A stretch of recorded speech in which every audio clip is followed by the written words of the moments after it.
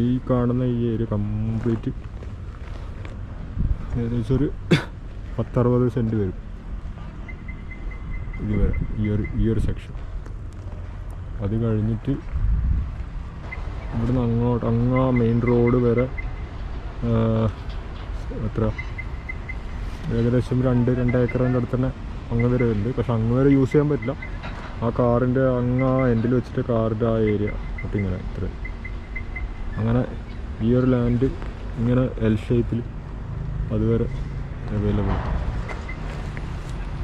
പിന്നെ ഉള്ളതാണ് ഇതാണ് ഷെഡ്. ഇതാണ് നമ്മൾ 12,000 സ്ക്വയർ ഫീറ്റിൻ്റെ വുഡിൻ്റെ ഔട്ട്ലെറ്റുള്ള ഷെഡ്.